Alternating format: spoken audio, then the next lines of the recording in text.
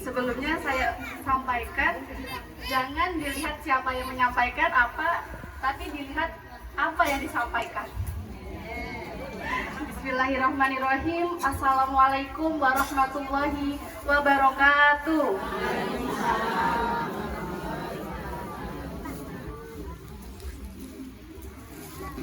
Pak Salam menjadi hansip.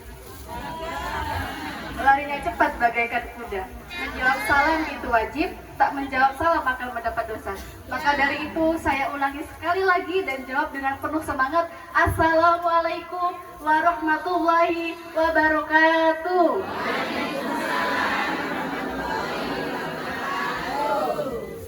Terkait menjawab salam itu tadi, Rasulullah SAW bersabda, hakul muslim ala muslim ila khamsun.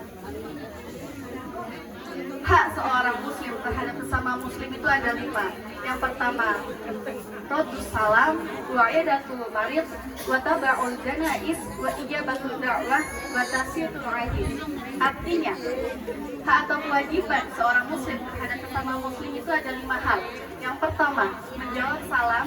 Yang kedua, menjenguk orang sakit. Dan yang ketiga, apabila kita bertakziah terhadap saudara kita yang meninggal, kita wajib mengikuti rangkaian jenazah sampai jenazah dikuburkan.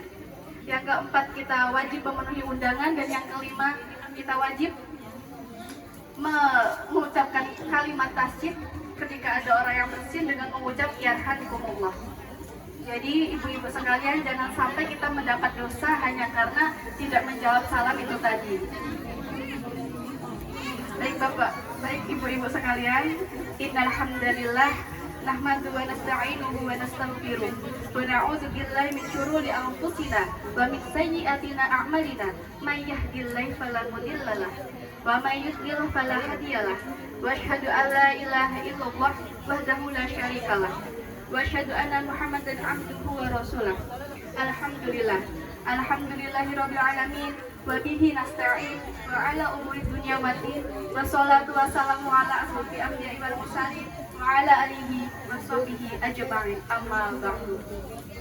Segala puji dan syukur sudah sepantasnya kita haturkan kepada Allahu Rabbi, karena Dialah yang Maha Esa, Dialah Zat yang Maha Mencipta alam semesta ini. Syukur karena sampai detik ini kita masih diberi beribu-ribu nikmat yang tidak terukur, baik nikmat yang kita minta ataupun tidak, nikmat iman, nikmat Islam, sampai nikmat sehat walafiat, sehingga kita semua dapat berkumpul pada siang hari ini di pertemuan yang insya Allah diberkahi serta diridhoi oleh Allah Subhanahu wa Ta'ala. Seandainya lautan yang ada di muka bumi ini Allah jadikan sebagai tinta, dan pepohonan-pepohonan Allah jadikan sebagai pena, dan dedaunannya Allah jadikan sebagai kertas, niscaya tidak akan cukup untuk menuliskan nikmat yang telah Allah berikan kepada kita. Sudahkah kita bersyukur pada hari ini, ibu-ibu?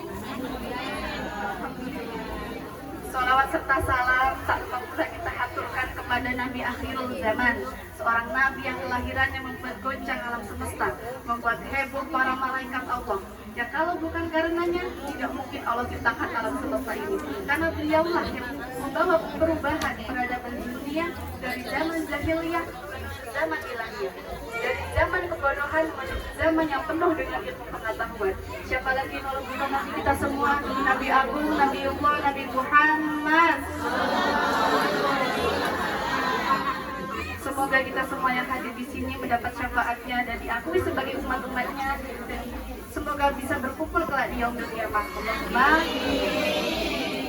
Yang saya hormati Ustadz Muhammad Haris, dan yang saya hormati Ibu Hasanah selaku Ketua Ranting dari Majelis Taklim Muslimat Marga Cinta, dan tak lupa saya hormati juga ibu-ibu majalah Majelis Taklim.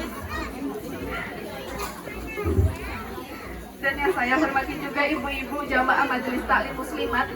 Dan saya berterima kasih pula kepada Ibu Semi selaku tuan rumah yang telah memberi saya peluang untuk menyelesaikan tugas akhir mata kuliah saya. Semoga kebaikan kita dibalas oleh Allah dengan kenikmatan yang tiada habisnya. Baiklah, pada kesempatan kali ini izinkan saya menyampaikan sepatah dua patah kata tentang berlapang dada dalam menerima takdir Allah. Di sini saya akan mengambil contoh lapang dadanya Rasulullah SAW dalam menerima takdir Allah sesuai dengan Quran Surah Al-Insyirah. Dalam Quran Surah Al-Insyirah, Allah telah menjelaskan tentang berlapang dada dan apa yang kita dapat dari berlapang dada. Ayat pertama, Bismillahirrahmanirrahim. Alam nashrah laka sadrak. Bukankah kami telah melapangkan dadamu Muhammad? Sejak Nabi Muhammad lahir, bahkan sebelum lahir, Allah sudah melapangkan dada beliau. Beliau lahir tanpa sosok ayah yang meninggal ketika beliau masih di dalam kandungan. Ditambah lagi masa kanak-kanak beliau tanpa didampingi sosok ibu. Kemudian beliau diasuh oleh kakeknya. Kemudian kakeknya juga ikut meninggal, tumbuh bersama kakek dan juga besar bersama pamannya. Sungguh ridho sekali hati Nabi dalam menerima takdir Allah. Itulah kalau kita ridho, kita lapang, seberat apapun masalah di hidup kita, maka tidak akan berpengaruh terhadap keimanan kita, terhadap masalah kita. Kemudian kita lanjut ke ayat kedua. Wa wada'na 'anka wisrak, dan kami telah menurunkan beban darimu. Dan kami telah menurunkan beban darimu. Artinya Allah tuh nggak pengen kita gampang stres, kita gampang capek. Ada masalah sedikit kita langsung pikir sampai nggak bisa tidur. Padahal dalam surat Al-Insyirah ini Allah sudah menjelaskan bahwasanya setiap masalah itu ada solusi. Jadi dipahami betul surat Al-Insyirah ini, apa ayatnya, apa artinya, apa isi kandungannya, dan apa asal usulnya. Jikalau kita sudah betul paham terkait surat ini, insya Allah seberat apapun masalah maka akan terasa ringan di dalam hidup kita. Kita contoh lagi Nabi Muhammad SAW ketika mendapat gelar Al-Amin, atau orang yang layak dipercaya. Kita semua tahu bahwa Nabi Muhammad itu layak dipercaya dan mampu mengemban amanat dan tidak pernah berkhianat sama sekali. Tetapi ketika beliau mendapat gelar Al-Amin, beliau difitnah oleh pamannya sendiri, yaitu Abu Lahab, dan juga istrinya yang juga ikut serta dalam menghalangi dakwah Rasulullah SAW. Tetapi ketika beliau difitnah, bahkan dicaci maki, Nabi hanya diam dan dia tidak berputus asa, tidak bermarah terhadap takdir Allah, karena Nabi berlapang dada dan ridho terhadap takdir Allah. Kemudian dan kami telah menurunkan beban darimu. Kemudian Allah menurunkan beban daripada dakwahnya Nabi, yaitu Abu Lahab dalam Quran Surah Al-Lahab, yang artinya maka celakalah engkau Abu Lahab dan istrimu yang ikut serta dalam pengukuran akan menjadi pembawa kayu bakar yang kelak akan membakar dirimu dan juga istrimu. Kemudian hasil usahamu tiada mendatangkan manfaat. Hartamu yang banyak sekali itu tiada berguna. Allah langsung menurunkan beban daripada Nabi Muhammad SAW. Jadi ketika ada orang yang zalim terhadap kita, ketika kita difitnah, kita direndahkan, kita diamkan saja. Kita tidak usah mengurusi keturunan Abu Lahab ini. Kita cukup diam, biarkan Allah saja yang mengatur semuanya. Biarkan Allah saja yang membalas semua amal yang telah kita dapat dari orang lain. Kemudian kita lanjutkan ke ayat ketiga. Alladzi anqadha dhahrak wa rafa'na laka dhikrak. Yang memberatkan punggungmu. Rintangan yang dihadapi Nabi Muhammad SAW dalam menyebarkan agama Islam, dalam berdakwah agama Islam, dalam menghadapi orang-orang kafir itu sangat berat sekali. Beliau difitnah, beliau dilempar duri ketika jalan, bahkan beliau ketika sujud dilempari kotoran oleh orang-orang kafir Quraisy. Tapi karena Nabi tidak pernah berputus asa dalam dakwahnya dan beliau ridho terhadap takdir Allah, maka warafa'na laka dzikrak, dan kami tinggikan namamu. Artinya apa? Artinya Allah telah menyiapkan hadiah dari kita yang berlapang dada seperti halnya Nabi Muhammad. Karena Nabi Muhammad berlapang dada dan ridho terhadap takdir Allah, tidak pernah berputus asa, maka terbuktilah sekarang hasil usaha beliau. Islam menyebar ke seluruh dunia. Semua orang mengagung-agungkan nama Muhammad. Sama halnya ketika kita mendapat musibah, bukan berarti Allah sudah tidak adil kepada kita. bukan berarti Allah sedang zalim kepada kita. Ketika kita mendapat musibah atau sedang diuji oleh Allah, selayaknya kita introspeksi diri dosa apa yang telah kita lakukan. Karena tidak mungkin Allah zalim terhadap kita kecuali kita yang berbuat zalim. Allah berfirman dalam Quran An-Nisa ayat 40, Bismillahirrahmanirrahim. Inna Allah la yadlimu mithqala dzarrah wa in taku hasanatun yudhi'ha wa yu'ti min ladunhu ajran 'azima. Artinya, sungguh Allah tidak akan berbuat zalim terhadap seorang hamba kecuali sebesar biji zarah. Dan jika ada kebajikan sebesar zarah pun, niscaya Allah akan melipat gandakannya pahala dan memberinya pahala besar baginya. Irabu. Jadi ketika kita mendapat musibah, kita harus berhusnuzon kepada Allah. Yakin di balik semua yang menimpa kita ini akan ada sesuatu yang lebih indah, akan ada sesuatu yang lebih baik yang ingin Allah sampaikan kepada kita. Yang penting kita ridho, kita berlapang dada atas takdir Allah, kita berharap pahala di sisi Allah, maka Allah senantiasa memberi kenikmatan yang luar biasa yang tiada habisnya. Allah berfirman dalam Quran Surah At-Tagabun, Bismillahirrahmanirrahim.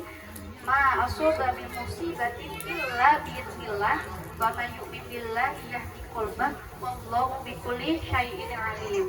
Artinya, tidak ada satupun musibah yang menimpa seorang hamba kecuali atas izin Allah. Dan siapa beriman kepada Allah, yaitu sabar dalam menghadapi takdir, ia pasti ridho terhadap takdir, ia pun berusaha sabar, Allah pasti akan memberikan hidayah ke dalam hatinya. Ketika kita mungkin Allah memberi ujian kepada kita tidak mungkin sesuai. Mohon maaf ibu-ibu, saya grogi. Jadi tidak mungkin Allah memberikan ujian kepada kita kecuali kita mampu untuk melewatinya. Allah tidak akan memberi ujian kepada hambanya kecuali di atas kemampuannya. Pasti hamba itu mampu untuk menyelesaikan masalah yang dihadapi dalam hidupnya. Jadi ketika kita sedang diuji oleh Allah tentang ekonomi atau kita merasa sedih, kita merasa miskin, ingat Nabi Muhammad SAW pernah sempat mengganjal perutnya dengan batu untuk menahan rasa lapar karena tidak ada makanan sama sekali. Jika kita merasa sedih, ingat perjuangan Nabi Muhammad dalam menyebarkan agama Islam, perjuangan beliau dalam menghadapi kafir-kafir Quraisy. Beliau hidup susah sekali dalam hidupnya. Kemudian cucu-cucu beliau Hasan dan Husain mati dalam keadaan dizalimi. Kemudian padahal Nabi kan orang yang paling bertakwa di muka bumi ini, tapi kenapa ujian beliau sangat amat bertubi-tubi beratnya dibanding dengan ujian kita?